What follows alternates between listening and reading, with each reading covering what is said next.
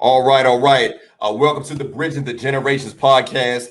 Again, I'm your host, Malak Arif. Again, Bridging the Generations podcast. We are the movement and leader in underground hip hop and culture. And today's very special guest, man, a guy that is really on his come up in the rap game right now. Is making a lot of noise, man, with the likes of some of the great underground hip hop artists right now. And I'm talking about Mephux, man. How's it going, brother? It's going good. Yeah, It's I'm going glad to good. have you here. Appreciate you. Appreciate you. Nah, no doubt, man. So look, man, we got some things to talk about. Hope you got a little time, man. Yeah, of course. No doubt, no doubt, I'm a man. I'm a man. I'm a man of few words. Okay, but look, see, and we're gonna get into all of that.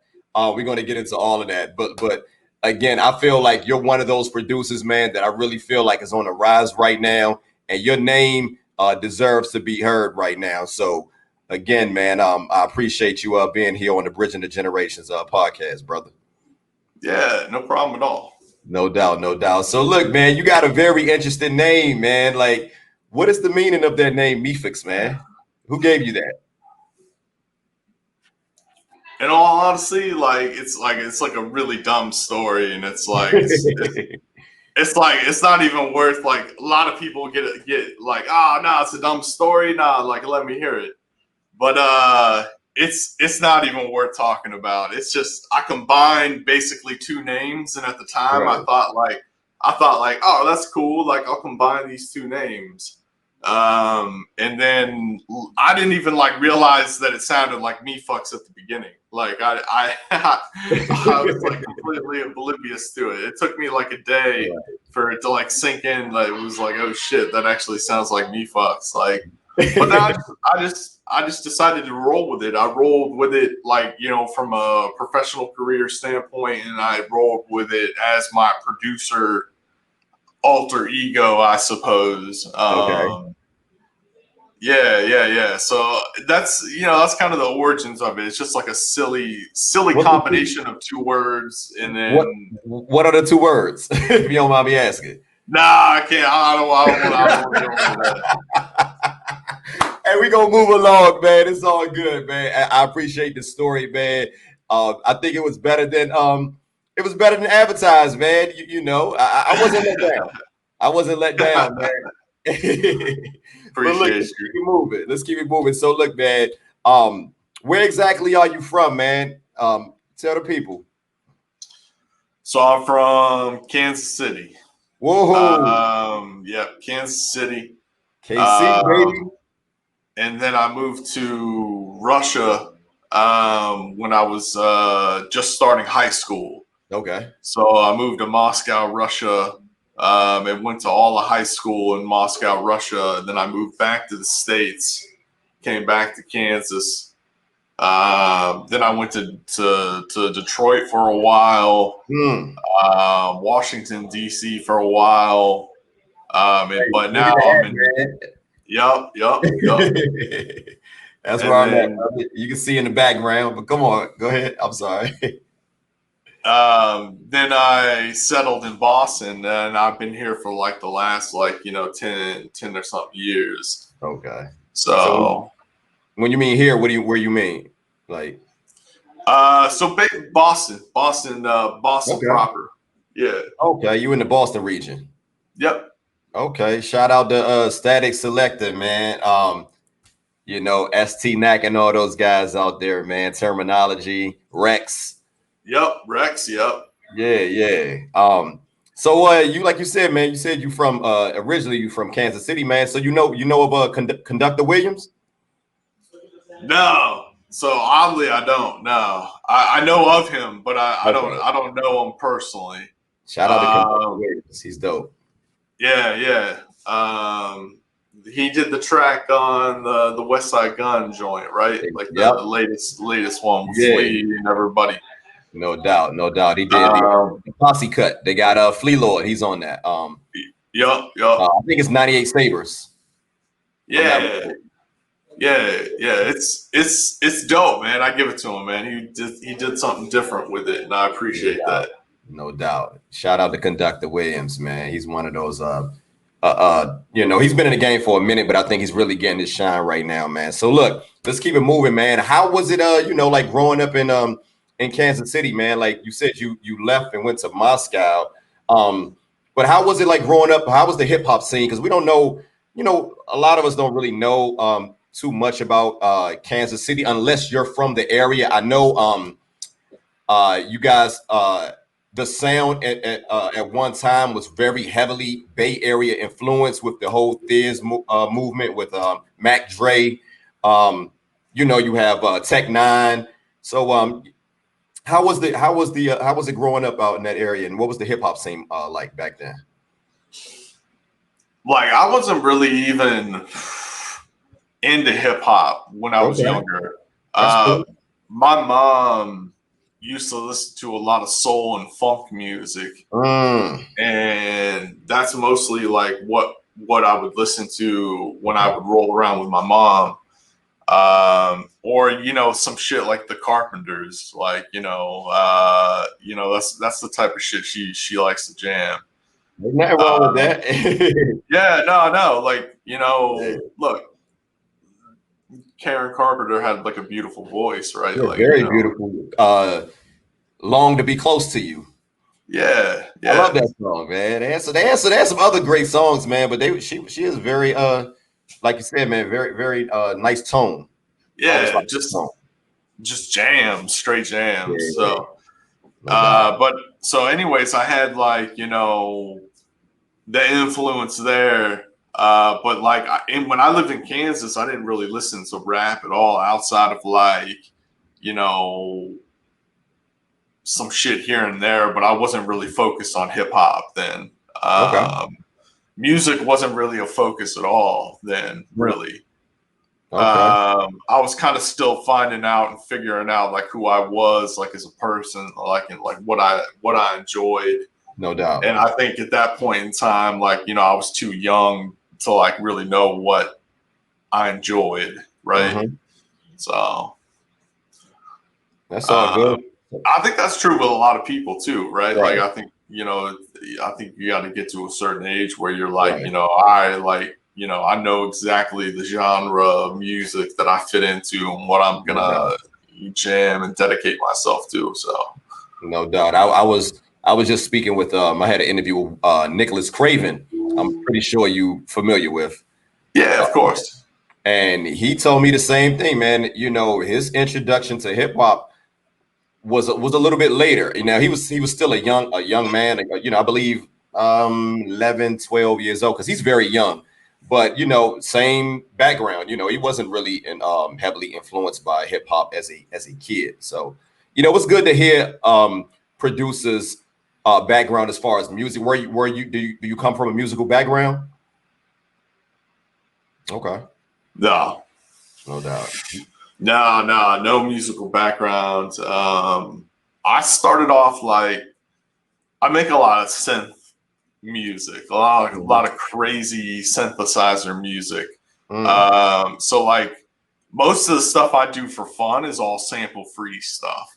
The stuff I do for hip hop, like I sample when I make hip hop beats, because I feel like, and I'm not trying to say that doing sample free joints is not hip hop, right? But I feel strongly that crate digging is a part of the hip hop process and part of the hip hop culture. I totally agree. Yeah, and I feel like there's a certain art form about taking a break and matching it against a sample and having those two things click. Like I never heard of it that way. I never heard of it. I never thought of it like that. It's like I said, I love talking to producers, because all of you guys, man, you guys all have different methods in how you see music. To the casual music listener, it might sound like it's sometimes I feel like it might be hard for the casual music listener to distinguish a particular sound from another particular sound. But when you really break down music and things of that nature, like what you're just speaking of, you can really tell the difference and go into the intricacies of production. Yeah. So, you know, not to be long winded on that, but it's very interesting to see a lot of you guys' background because you can hear how it's incorporated, you know, in the music, you know. Yeah, definitely. I think you're spot on. No doubt, no doubt. So look, what was, like you said, you were not into hip hop. That was not your introduction into music coming up. So what were some of your earliest influences in hip hop? Oh gosh, early influences in hip hop would be groups like Gangstar, Big L, no doubt, Mobb Deep was like another like huge group for me. Like what era are we talking about? We talking about murder music? We talking about Hell on Earth? What we talking? We're talking the infamous Mobb Deep. Like, you know, we're talking like, you know, Temperatures Rising. yeah. Temperatures Rising is like actually one of my favorite tracks of all time. Yeah, that's ridiculous. That's a ridiculous song. Yeah, man. I can shout out to Queens, man. Queens, man. They you know, I got a lot of love for Queens, man, as far as music and production and artists, man. Yeah, and we gonna get into that. We gonna get all into that a little bit later, man. So so what like I said, you just mentioned some of the earlier acts that you were influenced by, fans of. What were some of the producers, would you say? man, DJ Premier. Yeah, DJ Premier. DJ Premier was a huge influence. Havoc was a huge influence. Very underrated, Havoc. Man, as producer, like very underrated. I like Madlib. Like I like all spectrums of producers. Like I like any. You can just tell a good beat. Like you know what I mean. Like I'm in a certain wavelength in the light that is hip hop, right? Like talk about it.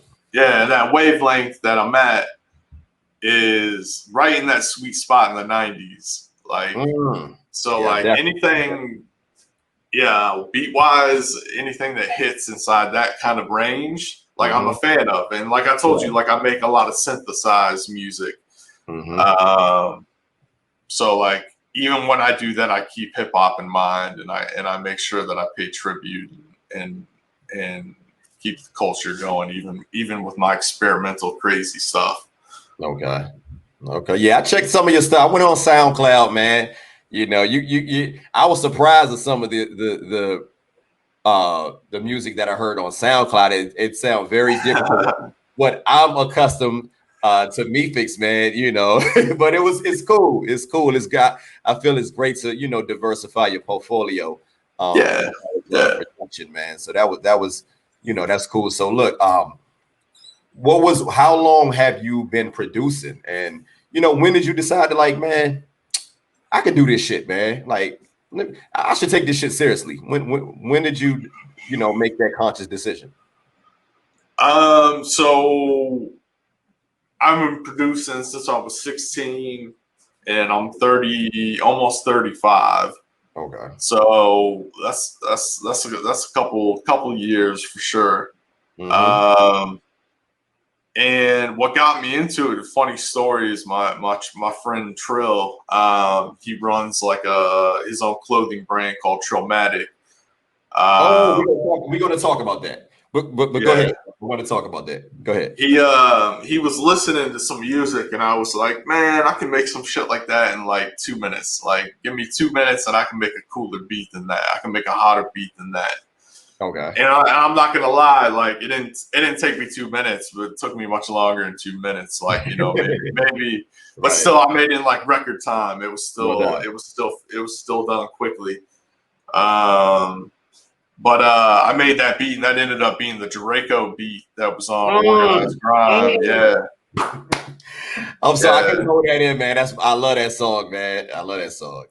Yeah, appreciate you, man. Like it turned out to be a good track, man, and I'm glad that it was on Organized Grind that Trillmatic Trill executive produced, and I think the project turned out great. But that beat is like, what got me back into hip hop, like making hip hop production. Okay. No doubt, no doubt. Yeah, man. So like you just mentioned Trillmatic, man. That was really my introduction to you. Off that Trillmatic project. I believe that's 2018, if I'm not mistaken. Mm-hmm. 2018. So what that year, your Trill, because I'm not too knowledgeable about Trillmatic. So help me with this. Now, I noticed, like I saw this guy. I'm seeing Conway, the machine, is putting all these projects together. He's doing projects with this person, and he's just releasing a lot of quality music. And then just out of nowhere, it's like Trillmatic presents. So I'm trying to figure out, like, what is that, a Conway project or is that a Trillmatic? Because Conway's on every song. Now you have two songs on. I believe you have Draco. What is that? PSTD. Yeah. So who is it? Is it a Conway project or is it a Trillmatic project? Like, let's just put it this way: there was like some legal gray areas around that. So, like, I mean, it is whatever you want to call it. Like, you can call it a Conway. You can call it a Conway project. You can call it a Trillmatic presents a Conway project. right. You can call it just like a compilation album. Like, I think at the time, like, there was just concerns about, like, hey, like, they just got signed to Shady, like, they can't be really putting stuff out, right before they signed to Shady, Right. because they got obligations they got to fulfill. Okay. I don't know. I don't know if that's the case. All speculation. None of it. Man. I really feel like it was very underrated, and a lot of people, you no disrespect to anybody else who did production on that project, but I like the two songs that you produce. Those are my two favorites. So I love that project, and the thing about that project is, and I guess what you're saying is, it got to be some truth to it, because I feel like that project, the quality of it should have been bigger. But for some reason, I guess basically what you're saying, a lot of people, to put it like this, to make a long story short, a lot of people don't bring up that project. And I really feel like that's a great project, Yeah, I mean, a lot of people agree. But you never really hear anybody bring that up. Like, that year he dropped Black Tape, he dropped Eat What You Kill 1 and 2, and so he had a lot of music, but a lot of people don't talk about that project. But anyway, man, shout out to you for that Draco and that PSTD. And I loved Conway shot a video, man. It was like a throwback to like the 90s. He had the Kevin Durant movie. Were you on the were you on set when he did the video for that? Yeah, that's actually filmed right on my block. Okay. Yeah, that's Mephux' hood right there. That's where I'm posted up in Boston, and we shot that right there on the corner where I stay. So okay, I stay in the Marsh area, so it's like where like Whitey Bulger used to bury all of his bodies. Oh, back in the mob days. Yeah. So it's like that's the part of Dorchester I stay in. Like it's a nice area. It's a nice little area, that's for sure. And Dorchester's beautiful, man. I love Dorchester. So, like, it's my spot. You a Patriots fan? Nah, man. Dude. I just recently, what's funny? I just recently got into football, so I wasn't a big football fan. But I'll tell you what, like last season, watching Patrick Mahomes like fucking do his thing. Yeah, he's good. Yeah. Well, I ain't gonna hold you. I'm not gonna hold you on the sports trivia or anything like that, man. Let's keep it moving. So you said you first started producing when you were 16. What was your first piece of equipment, man? And like how much did it cost? So I produced on Fruity Loops. I knew I was waiting for that one. That was my first piece. And it cost nothing because I stole that shit. This is back in 2002 for me. What year for you? Um, I'm 39. let's see. So it would have been 2000, 2002. Okay, around the same time. Okay. Yeah, around the same time. Yeah, you couldn't tell me anything when I first got my hands on that Fruity Loops. Yeah, I wish I yeah. with it, man. I've been who knows, man. But so talk about that, man. I don't want to talk about me, man. Let's talk about your experience with your first piece of equipment, man. How did that work out for you? Coming into production equipment. So I used to make beats just to rap on. That was kind of like the whole reason I started making beats. Oh, you used to rap? Okay. Yeah, so I used to rap, and that just like was something that was a hobby of mine, and I just like over time realized that I was better at making beats than I was rhyming. So it was like I'll just stick to making beats. I got the same feeling of satisfaction finishing a track where doing the whole track, was okay splitting from, right? Like separating from. No doubt. But yeah, that's pretty much my experience with Fruity Loops. I had a lot of fun with Fruity Loops, doing a lot of crazy beats. And I used Fruity Loops for a long time, but then I switched to Native Instruments. Okay. And I've been using Native Instruments for like the last decade. So okay, so that's basically what you currently use now to make all these these hits, man. These underground hits. Nah, man. So we talk about production, man, and when I listen to a lot of producers nowadays, man, and no disrespect to no producer in particular, but I notice, man, I'm hearing some guys, I'm hearing a lot of music and I hear these guys talk about their music, and when I think about it, I personally classify these guys as beat makers, and some of these guys are producers. So what would you classify yourself as? I would say that because I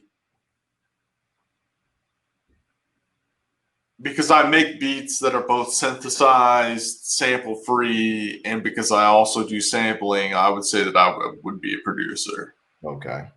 Yeah. Okay. So I mean, could you I can define it, and I'm not I like to hear a producer define this, but what would you how would you define like the difference between a beat maker and a producer?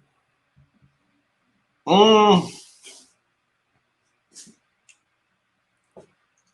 mean, they're the same thing in my book, because a lot of people try to get, a lot of people, I hear a lot of, being a beat maker, it comes with the, a negative connotation. When I talk to a lot of different producers, a lot of guys, they say that,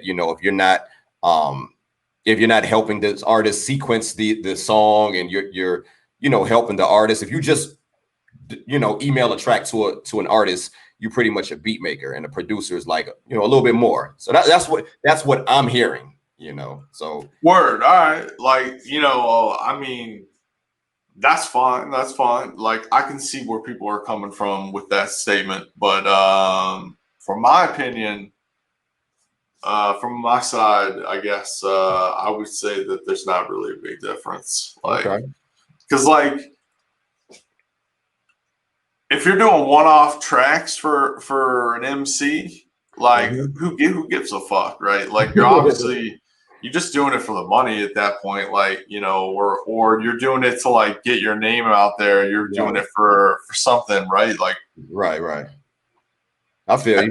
At that point, you're not trying to compose, you know, a musical masterpiece, right? And there lies the difference. There lies that subtle difference. I feel, but Exactly. everybody, they find that everybody got to find their niche. So, I feel like, maybe you can start off, certain guys can start off as beat makers and then eventually graduate to becoming producers. But, it's all, but at the end of the day, man, it's all what the artist want. The artist might, I don't know. So, but look, Yeah. so, as far as like getting your as far as like production and how do you normally get your music out to artists? Do they contact you or you contact them? How does that work in 2020? So I mean, to be honest, I don't really fuck with that many people. People hit me up for beats all the time, and I don't reply.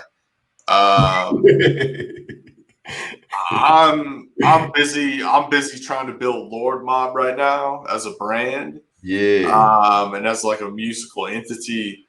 We gonna talk about it. Yeah, talk about it. Yeah. So like I'm trying to build that right now where it's like I'm not interested in selling beats or doing anything like that. Now, if you're good and I come across your shit and you're good, I'll throw you a beat. Okay. And that's happened. That happened just recently, actually. A couple of days ago, I threw someone a beat that I found randomly on YouTube. Okay. And I was like, yo, this dude's nice. Like, I'm going to hit him up. Like, and I hit him up and, he only has like 200 followers. And it's like, it's crazy to me. It's mind blowing because this guy has so much talent. And it's like, he just needs a platform, right? And that's what Lord Mob. Yeah, that's what Lord Mob will be. It will be that platform, Salute, man. Salute. How do you feel about that? You have a lot of, I feel like you have a lot of great artists, a lot of great producers, but a lot of times, man, again, I hate saying this, man, but it's a popularity contest. And a lot of times the artists or the producer, they just need that platform, like how do you feel about that as far as artists and producers getting that exposure, that trying to get that exposure and build a fan base?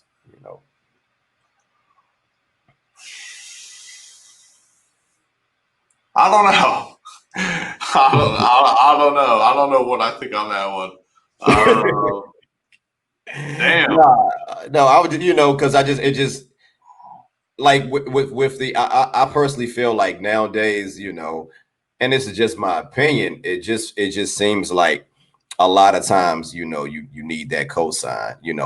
You could be the greatest producer, like you just mentioned a guy got two. I just had this conversation with a friend of mine earlier, and he referred an artist to me that is just really dope. He doesn't have the huge following or whatever, but a lot of times I feel like it takes, unfortunately, sometimes it just takes somebody just co-signing this guy or co-signing that guy. And I heard you just mention a guy that only have like 200 followers or whatever, but that isn't your followers. What I'm trying to say in a nutshell, like your followers, that's not indicative of who you are as an artist, Yeah, and I would just like to add to that and say, or that girl. I don't know if you've heard of Santana Fox. Yeah, of course. Yeah, I've heard of Santana Fox. Yeah. Yeah. So like I've been jamming her stuff a lot recently, and I've been like super impressed. She's dope. She don't have a huge following, but she's dope. Yeah, you know what I'm saying? Like people like that, like just need that platform because they're so dope. Like, yeah. Anyways. I think a lot of times, like, did you ever thought about this? Like when you come into this genre, like it's a niche genre. You have to know that as much as you love it, as much as you have a passion for it, it's a genre that's not mainstream. And at the same time, this is why I love you guys, man, because you guys know that coming into this genre, and you still show fortitude as far as like putting great bodies of work together, and I just feel like in this particular genre, you're gonna have to have tough skin. You have to be able to endure, not being shiny and glossy, and that's just what it is. Yeah, I'm pretty sure you could have chose another. If you wanted to do this or whatever, you know what I'm saying. That, again, I love what you do, and I feel like you doing your thing. But a lot of times, like people try to grade you, or they try to they look at you based on numbers. Everything is numbers, followers, and nonsense like that. And I just I personally don't feel like that's indicative or shows the the true story, the entire story of an artist or a producer. No, I completely agree. With that. Like you're spot on. Like that's what's up. Nah, that's what. So look, man. I noticed you mentioned Flea Mob, man. Let's get into this, man. I know you're a man of few words, man, but look, we about to talk, man. So you've been working with Flea, man. So I don't know how long you've been working with Flea, and I'm about to ask you, but Flea Lord has came a long way, man, from when he started, man. So how long have you been following him, and how long have you been following him, and how long have you been working with him? Okay. So I met Flea back when Conway was opening up for Freddie Gibbs on his concert, like well before like Corona hit. Like, and I was in the green room chilling in the back. And I was talking to this dude, and I was like, "Yeah, this dude's cool, man. Like, chopping it up, like, smoking some weed, and just like, relaxing, taking in the vibe." And it turns out that dude that I was chilling with was Flea, and I didn't know that. I had heard Rock America thanks to Trill. Like, Trill had shown me Rock America. Like, shout out to Ito. Shout out to Ito on that one. Yeah. Shout out to Ito for sure. But I didn't know who I was talking to. But when I realized it was Flea, I was like, "Oh shit, man, that's crazy, man! Like, I can't believe I was chopping it up with him like that. Like, I thought he was just like there to enjoy the show." Be a regular dude, man. I've met him a couple of times. He's a cool guy. Yeah, he's humble. He's humble as fuck, man.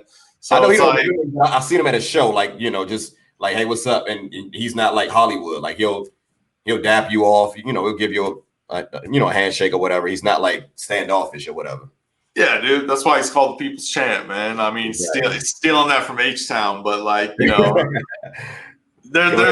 got to be a People's Champ everywhere, right? Everywhere, yeah, man. So look, man, let's continue. So again, you said you met Flea basically backstage at a Freddie Gibbs concert. So when did you guys decide to start working together, man, and dropping this phenomenal project, man? Pray for the Dead, part 1, man. When did you guys decide, you know what? I think it'll be kind of cool if we work together. Yeah, like, I mean, it was literally the next day. Like, Conway and Flea stopped by the studio that I have in Dorchester. And we were flipping through some beats and, recording some tracks. Mm-hmm. And I just turned to Flea and I was like, "Hey, man, like, what do you think about like doing a project together? You interested?" Right. And that's pretty much what kicked it off. And he was like, "Yeah, like, let's do it. Like, I'm down." But Flea's super picky. Like, Flea's talk about that. I wanted to ask you, like, how's the working relationship? How is it working with Flea Lord? Because it seems like you guys got 2 projects, and we go get it all into that. But it's whenever I see a producer work with an artist, I feel like it has to be some type of chemistry. If you guys want to produce an entire body of work together, like you guys just did, like, you guys got to have got to have pretty good chemistry. So how was it working with Flea Lord? Excellent, man. It was great. It was, so basically the way it started off and the way that it kicked off was, I'd only been making hip hop beats for like, a little while when I talked to Flea. And I told you, like, I did like Draco and I did PTSD for the Trillmatic Conway project. Right. But I've been making beats and I've been stacking beats up and stashing beats away just because, like, you know, I wasn't fucking with anybody. So, like, there was no need for me to, like, you know, send beat packs out. So when Flea wanted to do Pray for the Evil, you know, I gave him a ton of beats. I must have went through like 100 beats, and he was like no to like every single one of them. So I was like, all right, fuck this. I'm just gonna start making them. I'm just gonna make them.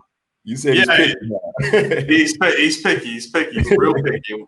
We went through a lot of beats that were like pre-made beats. That's why, like, I'm not a big fan of like pre-made beat packs. Like, I feel like you, as a producer, you have to make the beat to match the voice on the track, because the voice is just another instrument on the track, right? Like, you gotta spoken like a producer. Yeah, man, you gotta produce. You got to produce with that in mind. So when I started making beats, you know, specifically just for Flea, that's when things really started to roll and basically, you know, take off. Okay, so when you guys was producing Pray for the Evil part 1, because again, when you guys did Pray for the Evil 1, that was, I believe, like a 8 song project. Now, did you guys have Pray for the Evil 2? Did y'all record all of that together and just release them separately? How did that, you know, were they all recorded like together? So the reason Pray for the Evil 1 was 7 tracks is because, like, I was like struggling to like get beats that like Flea, you know, felt good with. Man, that's hard to believe, man. I'm sorry, man, because he talks about you. He Mephux, let's go. Like, you know what I'm saying? I always hear him calling your name out on certain songs, man. Well, that's because I learned the instrument, right? Like, I learned Flea's voice, and I figured out, like, you know, exactly what he would sound good on. And that's kind of like where the magic like comes in, right? Like, you know, because like I spend that extra time to make sure that the beat is basically, you know, prepared and ready for that. Right. But no, those were 2 completely separate projects. Like, we were like, all right, let's do Pray for the Evil. We did Pray for the Evil. And then I was like, yo, Flea, let's do another one. Like, let's do a second edition. And I was like, I want it to be crazy, Flea. I want there to be some crazy names on there. And Flea's like, all right. I like that Steppers, man, with the machine, man. I love that. Conway, yeah. Appreciate you, man. Yeah, that's a good track. Yeah, that project is dope, man. I feel like it was, you know, a lot more eyes should be on that, man. I love it. So, again, you guys, what made you decide? You know what? Let's do a part 2. You know, let's do a part 2. What made you decide? You know, like how was to from what you seen, read, heard, whatever, like how was the reception? How has the reception, like from what I've seen, it's been good, but what about you? Yeah, the reception for part 1 was really good, and the reception for part 2 was really good. Like, you know, there's not been a lot of hate that I've seen. Like, there's been some critiquing of like some stuff that I do, but like no hate, just like, you know, just like, hey, like, I noticed this guy uses a lot of X and does Y, and I'm just like, well, that's just like, well, that's part of my style. That's just like the way I do it, right? Like, and I'll tell you, like, one thing I do, I only make beats at 2 tempos. That's 130 and 85. And the reason I do that is so I can always remix tracks that I do. Like, I don't like to, if something doesn't sound good, like, you know, at 85 beats per minute, then I just don't usually fuck with it. Like, I just like, well, I'll grab a different sample, or I'll switch it up and I'll put the sample at a faster speed and put it at 130 BPM and do it there. But when you do that, it leaves everything open for remixes. So I could take an entire Flea album and just drop it right over any of my beats Right. and just put out a completely different album. Because those two tempos. Yep. Okay. Okay. That's Yeah. what's up, man. So, you just mentioned like, you hear little grumblings every now and then about a particular sound in your production, which I personally have no problem with. But again, like you just said, that's what make Mephux. So how important do you feel it is for a producer to be for a producer to have a identifiable sound with all the music that's going on, particularly mainstream, hell, even underground? How important you feel it is for a producer to have his own sound?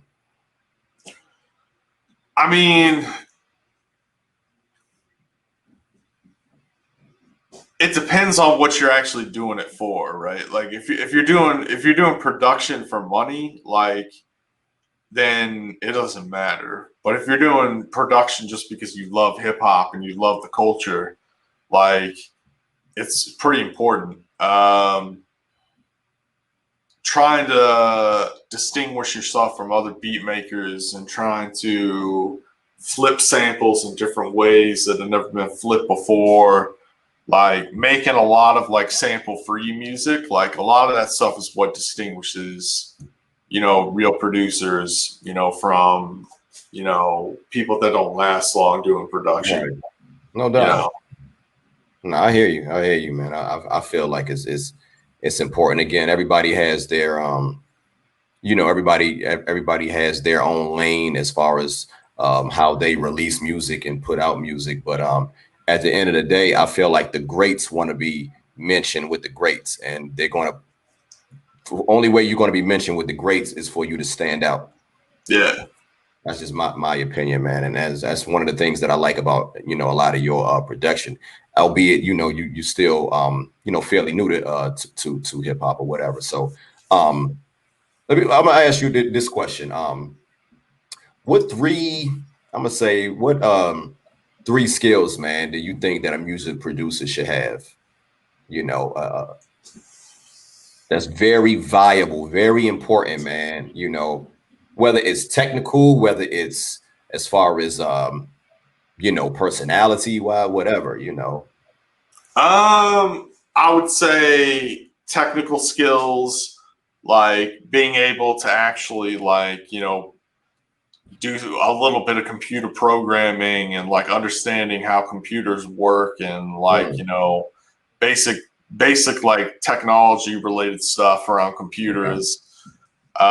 Two would be creativity, like, like if you don't have creativity, like you could be the best pianist in the world, right? But when you start to play your own sheet music and it sounds like shit, like, it doesn't matter, right? Like,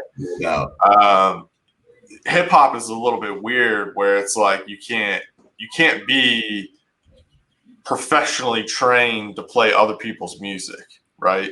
And that's what, like, pianists and I people never in thought concerts. about it like that, man. I swear, man, you bringing some. I never really thought about it like that, but you're right. Yeah, you know what I mean? Like, so I don't know. Maybe in the future that will be different. I don't know. I don't know. Nah, that's Maybe, what's up, man. maybe hip hop will be performed like, in operas and shit like that. Well, I don't know if you remember, man. You had this female, man. She was a violinist, me Ari. Like, she would play all the hip hop songs on the violin. This was maybe back like 10 years ago. She came up under Kanye West. I don't know. I don't know what happened to her, but I would have. I'm pretty sure it's other artists like that. Like yeah. I mean, it can be done. It can be done because she did a pretty good job. I believe she released a couple of albums. She's like a hip hop violinist. So I always thought that was kind of dope, man. So look, let me go back for a second. Prior to that, man, you did you did that Cocaine Paid joint, man, off of E What You Kill Part 2, man. And now I think about it, I think really that was my introduction, because I believe I heard that and Draco, because I was just Conway the Machine out in 2018. Like, don't everything Conway the Machine. Like that was really all I was listening to as far as hip hop. Yeah. That was I mean, he just stayed in the rotation. I mean, I listened to a lot of music, but he stayed in rotation. So anyway, tell me about you meeting Conway, man. How did you meet Conway the Machine, man, and how did you guys put that track together? So that was basically all done through my friend Trill, who runs Trillmatic. He had connections with Conway, and he linked us together, and executive produced the Organized Grind project. So he selected 2 of my beats to be on the project, and it would just so happen to be Conway. I didn't know Conway. I didn't know who he was. I didn't know his music or anything like that. Wow. Like I was just like, all right, man, like cool, dude. Like you like these 2 beats enough to want to put them on this project, with Conway. So it's like, I appreciate that. Like, his family, like, he's family to me. So, I just appreciated it. And ever since then, like, I'd work with Conway here and there. The Cocaine Paid track was actually supposed to go on the Organized Grind project, but Conway asked if he could use it for Everybody's Food too. So like, it's just kind of an interesting little story about that. But anyways, that's basically it. So when it wasn't just emails or phone call. You actually got a chance to chop it up with him in person. Oh yeah. He's been at my studio in Dorchester several times. Like, this microphone right here. Like, I don't know if like the camera can even see this, but I can see it. This microphone, yeah, he spit on this microphone. Like, not spit on it, but like I know what you mean. Like, yeah, I get it. He didn't spit that fire. Yeah, man. So what do you think about the success that those guys are having, man? I know you said you wasn't that familiar with them. How do you feel about the success of Griselda? I definitely know you're familiar with them guys now. Yeah, I mean, you family, man. You family now. I think they just made a lot of good choices, and I wish nothing but the best for every single artist on the Griselda label, right? Like, so yeah, that's all I got to really say about that. Like, props to them, and thank you for paving the way for, this style of hip hop to come back. Yeah, man, that's what's up, man. So, I mean, how do you feel about hip hop in general right now, man? Like, like I tell every episode, man, I say this. People can say, man, you say the same thing every episode, but I'm gonna keep on saying it, man, because I would not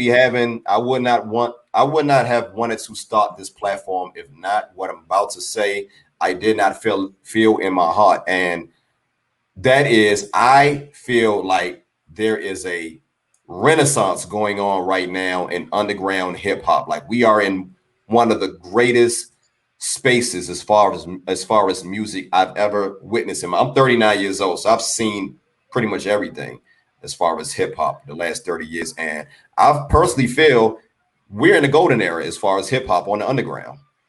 Yeah. So how do you, what's your take on that? I mean, as far as underground hip hop's concerned, we're in a good spot. Like, if it was the stock market, we'd all be happy. I think hey, that's what counts. You know what I mean? Like, we'd all be pleased. But shit changes. Like, mainstream hip hop will once again become what we consider underground hip hop now. How do you figure? Not saying that you're wrong, but what makes you feel that way? I would love that to be true, because not to be too long, let me just say this. I was having this conversation with a friend of mine, and we were just, me and you, I'm not that much older than you or whatever, but I'm pretty sure a lot of people my age, your age, we can remember there was a time when you did not have to search. You did not have to go to the underground. You did not have to, it was great hip hop played on the radio. you did not hear these conversations about, oh, so and so, this music is bad. You know, there was just such great hip hop coming at you all the time, and it feels like nowadays you don't get that on the mainstream, and you get that on the underground. So, you know, a lot of hip hop fans, man, I feel like they you know, they don't know. Some fans like our age, I feel like some of them they forget about that. Like they forget about how great it used to be on the mainstream. Let me just say that, you know. Yeah. Yeah, I think that's true. I agree with that. Nah, Man, a few words. I told you. Like, nah, it's cool. No, because I, you know, well, shoot, let me jump in a little bit more, man. Which, yeah, you gotta jump in. You gotta jump in, hey, man. nah. So I say I put it like this, you know. I remember I'm old enough to remember where, you know, let's just say I'm okay. I'm 39. The hip hop generation before me, I don't remember those guys that were like 10 years older than me. I don't remember them saying, man, Biggie's trash. Tupac is garbage. You know, but you hear that a lot nowadays from our generation about the young kids. And I just, you know, it just goes to show you that there has been a shift in the music as far as mainstream. It's been a dramatic shift because, again, I don't remember fans of LL Cool J and Cool G Rap. These guys, you know, the generation before me, I don't remember those fans. The fans of LL Cool J and fans of Cool G Rap and fans of Cool Melody and all those guys, they love Biggie. They love Tupac. They love Mobb Deep. They love Redman. They love Wu-Tang. And that's a 10-year gap. You ever thought about that? And Yeah. but nowadays, like people my age, and like we can't say that. Like you know, when a lot of us, as far as mainstream, I'm only talking mainstream. And I noticed like a lot of people my age and a little bit older, like we look at mainstream hip hop and we kind of shake our head and we just like, what happened? And listen, I don't want to poo-poo on, you know, what the young kids is doing, man. Everybody is. There's a lot of young kids that's doing their thing. But I noticed that I want to do a lot of, you know, you guys as producers and artists, man, do you guys notice this, you know, like, because I just heard what you said, you know, you said that you feel like it's coming back, you know, it's going to do I guess, you know, a 180 or 360. So I hope you're right, man. You know, I hope you're right because, you know, the underground killing shit right now. Let me just say that underground is killing it, man. I mean, you dropped 2 damn great projects, man, just with Flea, man. And shout out to that another song I wanted to mention, man. That Dirty Delgado, man. What was putting that project together, man? I mean, that song, man. With the, that beat switch up, man. I like how that shit switch. I would only think my only gripe with it is so fucking fire. I wish it was longer, man. Yeah. So the whole longer thing, I'm putting out an instrumental album. One of the reasons I wanted to use Zoom was so I could actually play you some tracks. Oh man, you should have. But I could send you some. Like, I don't know if you have the ability to play them over like your speakers, but like, yeah, I sent you a track. I can play them. I can play some. All right, hold on. While we're talking, let me just send you off, like, you know, a track. Just go ahead. You can go ahead and check my email. But I played that Dirty Delgado probably about 2 or 3 times, man. And you know, like I was saying, man, Fleet Lord came a long way, man. It seemed like he's really finding his niche. He's put out. I mean, he's working, man. He did the Rock America with Ito. You know, he did the project with Pete Rock.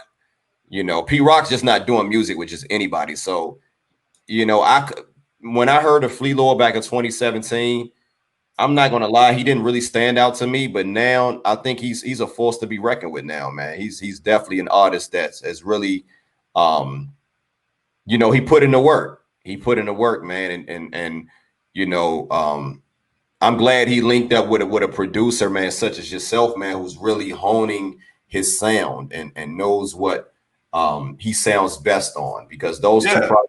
those two projects that he released with you, man, I really feel like that it was tailor made for him. It was like each one of those beats was like handcrafted, basically specifically for Flea. And that's how I usually work. That's how I usually make tracks for artists that I work with. Okay. But I just sent you off like 2 tracks. Let me see what I got.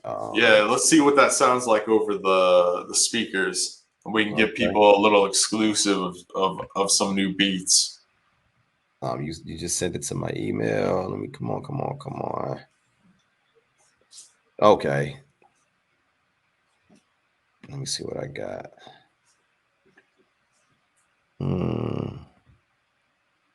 Okay, I see no sample. Okay, let me try to. Yeah, no sample is the one that's pretty dope.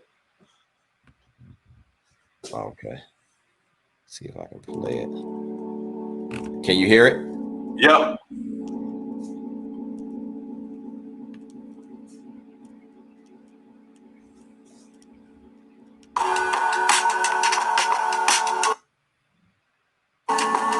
Oh, it's like cutting out.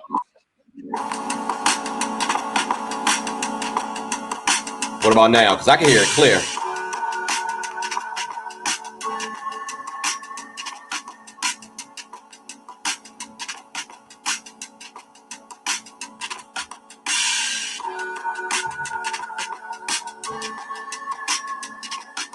Yeah. How's the quality on it? It's not bad. It's not bad. It's not great, but it's not bad. Okay, can I finish playing a little bit more of it? It probably won't come out that well. Okay. Now I like okay. Thank you, man. Thank you for sending me some music, man. I got me some music from Mephux, man. You know, I got exclusives, man. So those particular tracks, is that something that you are planning on using in the future with a particular artist, or is that's going to be on an instrumental or what? Yeah. All the beats that are on the instrumental are going to be used by artists. But like I'm putting them out there so that just like anybody can flow over them if they want to. So like putting them out there for DJs and putting them out there for just people that want to flow or just listen to the beat. Like you said, like a lot of them were way too short. So it's like I just got rid of the vocals and was just like, all right, here's the beat. Like, enjoy the beat. Okay. Well, check this out, man. I noticed you mentioned, you said, you don't work with a lot of artists, man. Is there any artists that you would like to work with in the in the near future? I know you say you're building this flea mob thing with Flea Lord. But is there any other artists outside of Flea Lord that you want to work with? Yeah, I'd like to really work with Santana Fox. Like, I think it would be cool to make a beat for her. Who else? The Underachievers. I would like to work with them, but like I don't know if I make the same style of music as that. Like they'd have to go back to their earlier stuff for me to be able to like make a beat for them. You mean the Lex Luger stuff? Yeah. I don't know, man. I think you will make some real good stuff with those guys, man. Those guys are versatile, man. Versatile. Yeah, they are. I can hear it. I can hear it. I can hear it. Yeah. So that's probably it. Yep. Okay. So now, I know you, like I said, you don't work with a lot of artists, man. Now, what about producers, man? Have you ever worked with any producers, or have you ever how can I put this? Any tutelage? Have you ever had any tutelage from any producers? Okay. No. So like, what producer have you worked with then? So I actually haven't worked with any producers, but I'm about to. I'm about to start working with other producers. So like, part of Lord Mob is Lord Mob Beats, and that consists that consists of myself, Big French, Ghost Dave, God Bless, and Ford. I know about yes, they work he pretty much kind of like you work exclusively with Flea. And what was the first one that you said before Dave? Big French. Big French, yeah. Flea did a I believe he did a project where French produced the whole thing, I believe like last year. Yeah, I don't know. He definitely mixes and masters like every single thing that French does, or everything that Flea does. French mixes and masters. Okay. Yeah, because he Uh, came out with God Bless. His first project, that was God Bless produced that entire project. yep. And I think and I'm gonna be honest, I love the beats and the production. I don't feel like at the time Flea, and he admitted it. Like it's one particular song, I believe it's on the first the first project you guys did together, but he mentioned how he didn't feel like he was really ready at that time, when he produced that when he did that project with God Bless.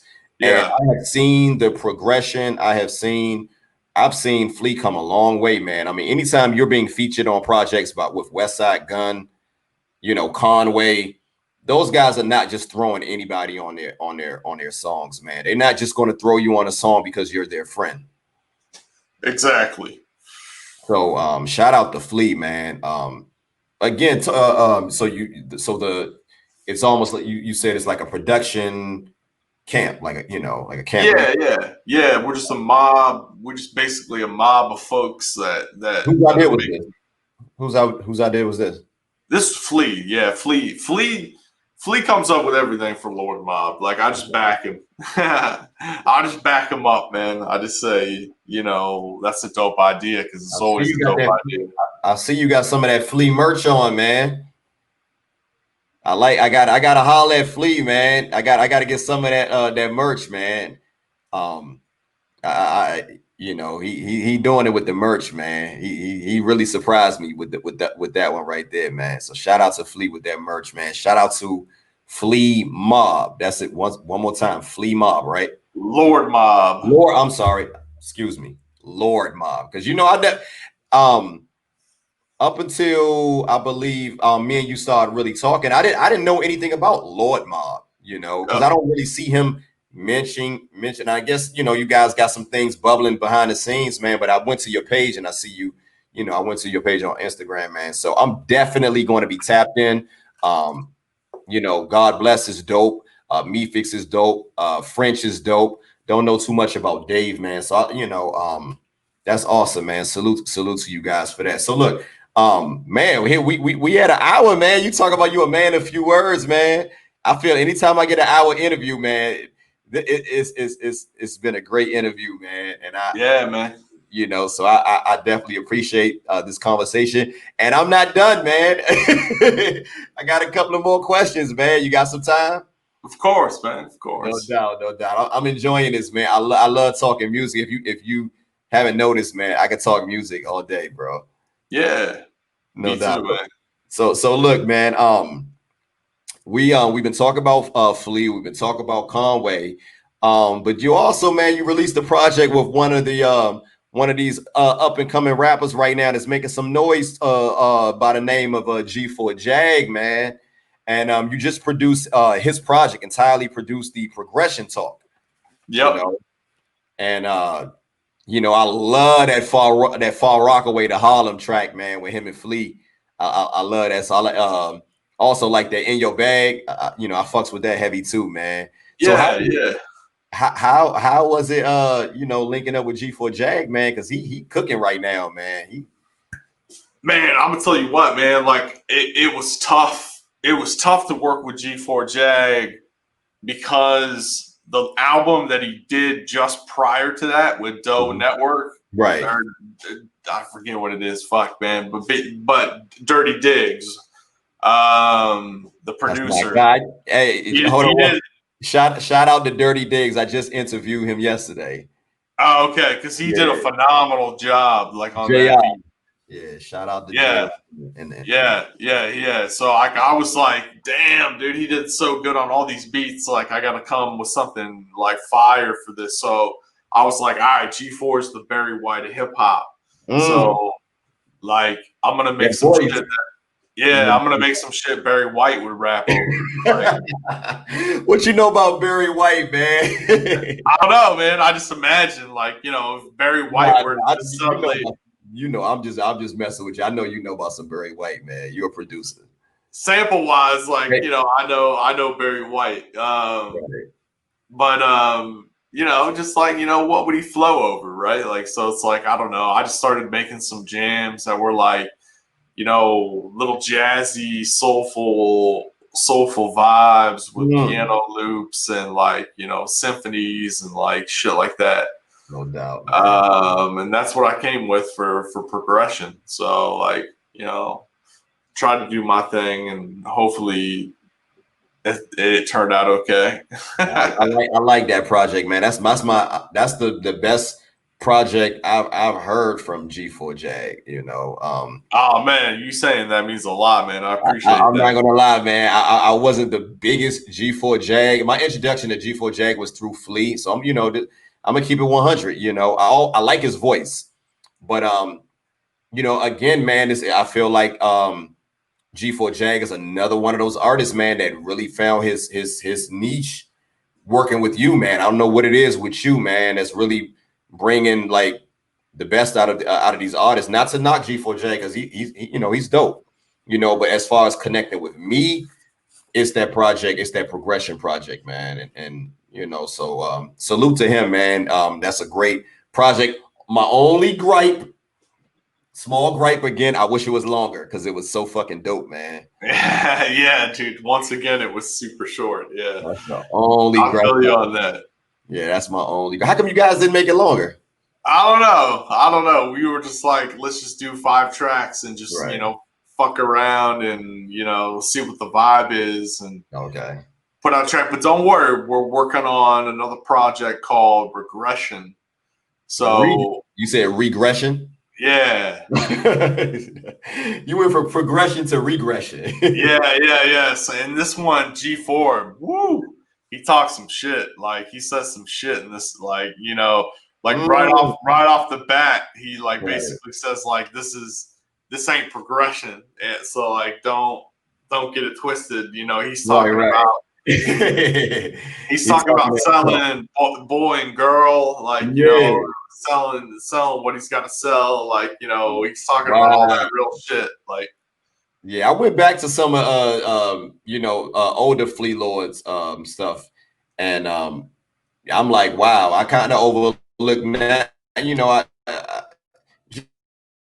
Jag is dope, man. He's doper than I thought he was, man. Like with me, sometimes, man, I gotta hear an artist over a certain production, and for me to really, fully be able to for that artist to resonate with me. But when I went back, man, again, I'm gonna say it again. That progression project, to me, is the best project. But I went back to some of his other stuff with Flea. It's pretty dope too. It grew on me. So Yeah. So with that being said, man, what's the favorite project that you've worked on so far? I know you, like you said, man, you haven't been in the game for a long time, man. But I feel like, man, you got a nice little catalog, man. Starting off, man. What's your what would probably be your favorite project that you worked on? Well, the one that I've listened to the most, and I'll just use that as like, I guess the measuring gauge would be Pray for the Evil 2. Like I listened to Pray for the Evil 2, like, for like a couple weeks straight, like, once it was done, because it was done like well before its release date. Like we had it done and stashed and ready to go. Because Flea was just fucking like killing it. Like he was just recording. He got in his zone. He was in his zone on that, man. So when you guys did that project, because again, the fans may not know, man, but that project is longer. I believe that project is 13, 14 songs. 14 songs, yep. Okay, and you got Ice Water with Rock Marciano, who's like my favorite rapper right now. You got 38 special on that Gun Line. Woo! Man, I love that Gun Line, man. You kill it on that the production on that, man. I really feel like 38 and 38 and Flea, they really found their groove on that particular song right there, man. when you guys was putting that project together, were you able to work with those guys, Rock Marciano or 38? Nah, I didn't have a chance to really touch base with them. I knew which artists were going on which track, and I tried to sculpt the beat a little bit, like, you know, to fit Flea, but also to fit, like, you know, 38 Special Ito and Keisha Plum and Trey the Truth and that was Westside Gun.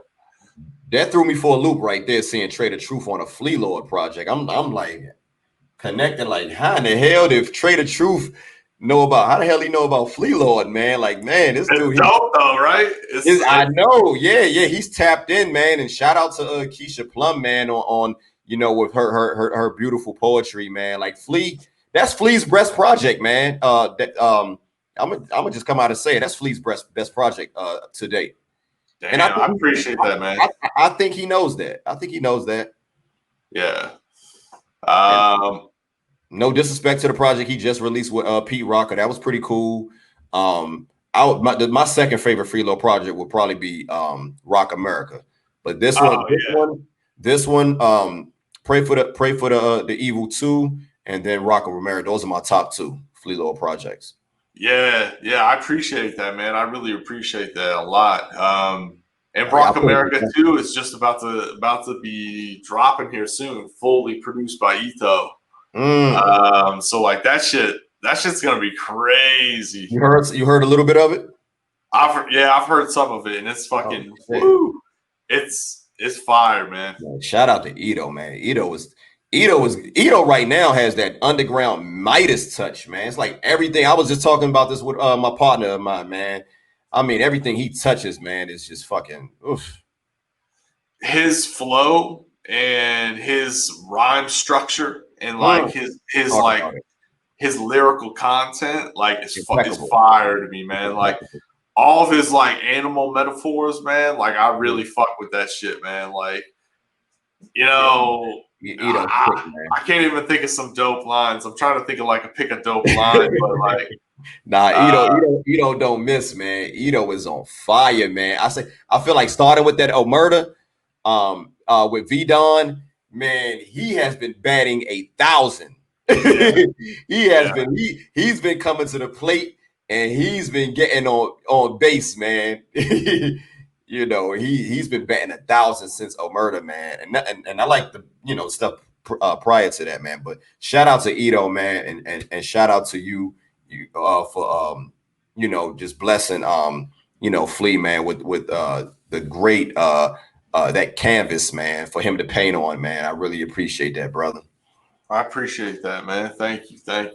Nah, you did your thing, man. So look, man, we again, man, it's been a great conversation, man. I really appreciate it, man.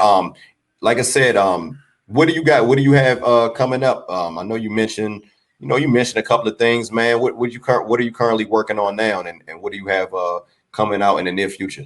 So I got a instrumental album dropping here pretty soon. Like it's just waiting on the artwork to be finished.